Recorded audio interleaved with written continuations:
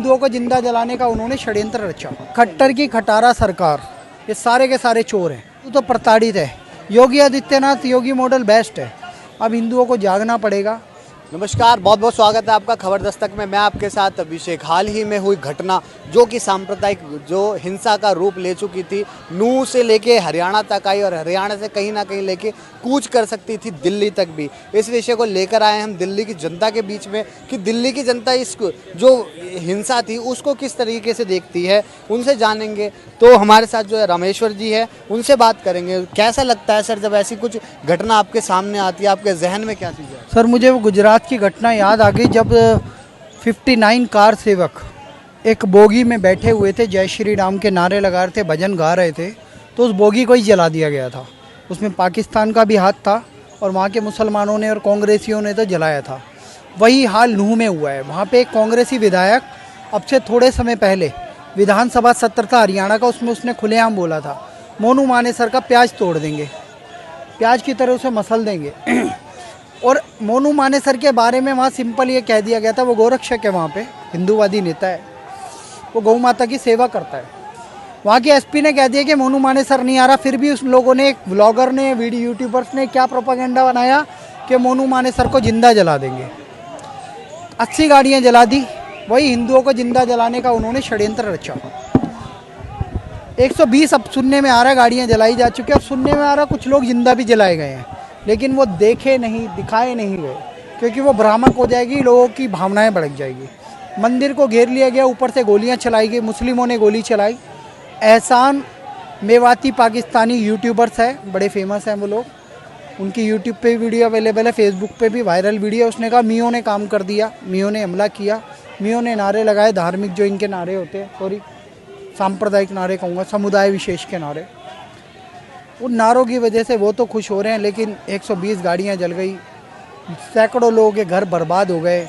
अभिषेक राजपूत जैसे लोगों को पहले मारा गया, फिर एम्बुलेंस में से उतार के मारा गया, और ऐसी निर्मम हत्या उनकी की गई जो कि उनके लोग, उनके घर वाले तड़प रहे हैं। पहली बार वो यात्रा में गया था ब्रजमंडल की। वहीं पर हमने बात करी, देखा विश्व हिंदू परिषद है वो भी खासा नाराज नजर आया भारतीय जनता पार्टी सरकार से, क्योंकि वहां पर वो लोग चाह रहे कि योगी मॉडल आना चाहिए हरियाणा में भी। देखिए, खट्टर की खटारा सरकार ने सारा बर्बादी का कारण है। Intelligence failure.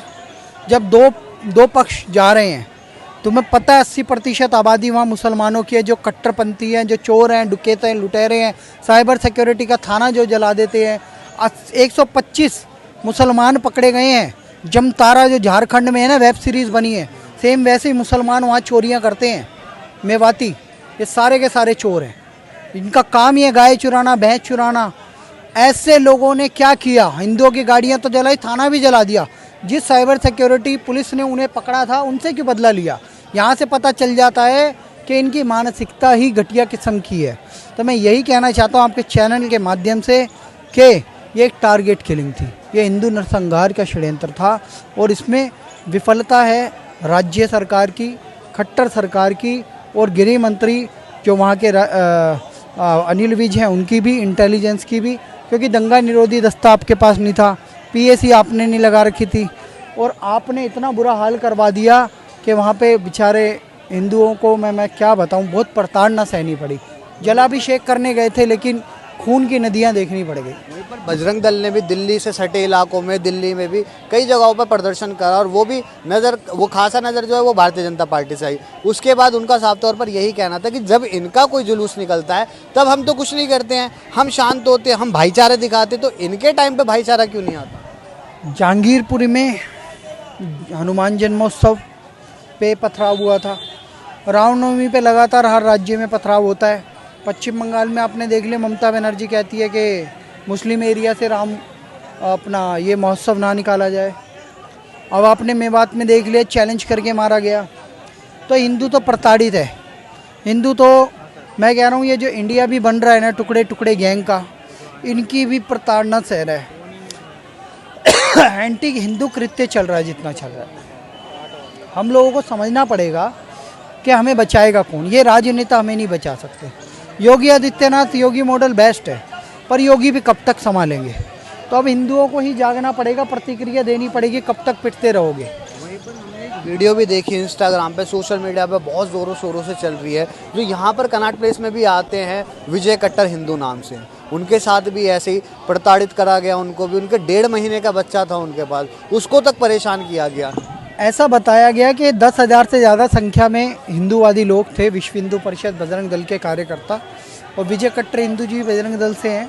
अपने परिवार के और 4 मित्रों के साथ अपनी धर्मपत्नी, उनका सुपुत्र 1.5 साल का, वो स्वयं गाड़ी चला रहे थे, 4 लोग पीछे बैठे थे, उनको टारगेटेड मारा गया क्योंकि उन पे बजरंग दल लिखा होता उनकी गाड़ी पे। उनकी गाड़ी तोड़ दी गई और उनको शरण लेनी पड़ी भाग दौड़ के एक गाँव में, और उस गाँव के लोगों ने उन्हें बचाया मानवता के नाते, हिंदू होने के नाते। अन्यथा जितने टोपीबाज लोग थे, जालीदार टोपी मुस्लिम लोग थे, वो तो उनको मारने के लिए ढूंढ रहे थे, उनकी गाड़ी समेत उन्हें जलाने के लिए ढूंढ रहे थे, लेकिन वो बच निकले। यहाँ स्वतंत्र भारद्वाज है, अभिषेक राजपूत है, और भी बहुत से लोग हैं जो वहाँ गए थे। तो इनमें गैप हो गया था, थोड़ा टाइम का गैप हो गया था, कोई जल्दी पहुँचा, कोई लेट पहुँचा, तो इस वजह से भी वहाँ पे इन लोगों को प्रताड़ना सहनी पड़ी क्योंकि हमला चालू हो चुका था। अब जो भी जा रहा था वहाँ पे उनको पत्थरबाजी सहनी पड़ रही थी, तो इन पे पत्थरबाजी भी हुई, इनको मारने की भी कोशिश की गई, तेजाब भी फेंका गया, उसको एसिड अटैक हुआ है, उसके हाथ पे चोट आई है। तो इस तरीके की जो घटनाएं हैं ये हमेशा हिंदू त्योहारों पर ही होती है।